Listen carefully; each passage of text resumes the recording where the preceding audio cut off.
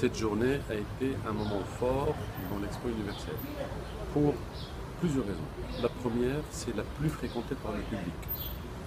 Nous avons eu le plaisir et l'honneur de visiter l'Expo à l'occasion de journées nationales similaires.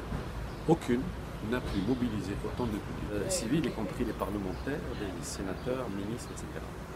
Et la communauté marocaine qui a été exemplaire dans la célébration de sa propre journée.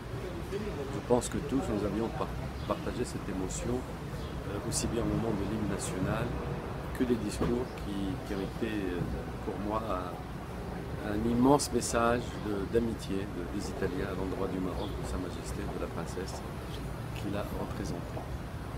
Dans le stand, vous avez eu la possibilité, même si comparaison n'est pas raison, de voir comment se situe notre pavillon par rapport à ceux que nous avons visités, et pas des moindres, Japon, États-Unis, Russie, Chine. De l'avis de tous les objectifs qui ont évalué cette expo, le pavillon du Maroc est le pavillon qui a le mieux répondu à la thématique de l'exposition, où il s'agit de parler de nourrir la planète et d'offrir de l'énergie pour la vie. Nous l'avons fait avec notre façon de faire, très sereine, très apaisée. Nous avons montré à quel point nous sommes un pays bien dans ses bottes et qui a décliné sa personnalité, son identité plurielle, ses ambitions, dans un dépouillement rare, dans une scénographie, une ligne éditoriale qui marque une rupture majeure par rapport au mode de communication qui était le nôtre jusqu'à présent. Vous avez remarqué qu'il n'y avait pas de folklorisme, il n'y avait pas d'autocélébration, il y avait une vision d'un pays mature, apaisé, qui sait ce qu'il veut, qui sait où il va.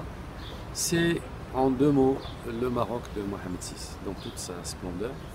Et je pense que ce que nous avons montré ne se dément pas dans l'image que nous, aujourd'hui, nous disséminons en Europe, en Afrique, en Méditerranée. Et cette sérénité, cette modestie, c'est aussi l'expression de cette capacité du Maroc à savoir gérer les grandes échéances, les grandes mutations et les grandes métamorphoses. Nous sommes la seule place de la Méditerranée du Sud totalement stable, pacifiée, si je puis dire, et réconciliée avec elle-même, qui est en train de mener des défis énormes, qui ne sont pas seulement les défis de notre pays, mais ce sont les défis partagés, qui sont les défis globaux, qui exigent une meilleure Méditerranée, qui exigent une meilleure Afrique, dans le sens une Afrique mieux comprise. C'est ce que nous essayons d'expliquer avec nos moyens modestes, et je pense que nous y arrivons chaque jour un peu plus. Cette exposition marquera profondément les Italiens et les Européens sur la crédibilité du projet Maroc, sur l'incontournabilité, passez-moi ce néologisme, d'un partenariat stratégique avec le Maroc.